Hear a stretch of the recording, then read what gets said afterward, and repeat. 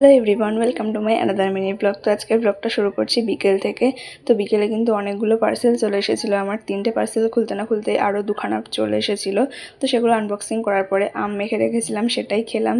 দেন আমার বর কাছ থেকে আসার সময় আমি বলেছিলাম আজকে পিৎজা বানাবো, তো তার জন্য কিছু জিনিস নিয়ে আসতে। তার সাথে কিন্তু আমার জন্য এনেছিল একটা চিপস, আর ওকে আনতে দিয়েছিলাম দই, চিজ আর পনিরটা, যেটা আমি পিৎজায় দেবো। আর কিছুটা তরকারিও করা হবে, আর পেঁয়াজ টমেটো ঘরের জন্যও লাগতো, শেষ হয়ে গেছিলো, তো সেগুলো একবারে আনিয়ে নিয়েছিলাম।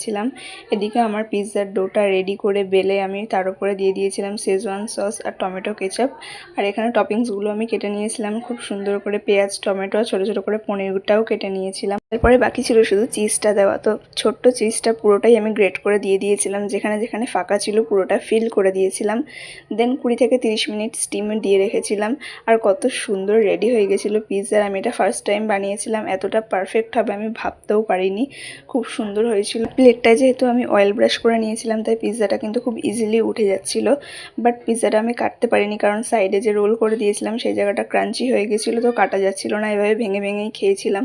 বাট ফার্স্ট টাইম বানিয়েছি, এটা মনেই হচ্ছিল না। দারুণ খেতে হয়েছিল।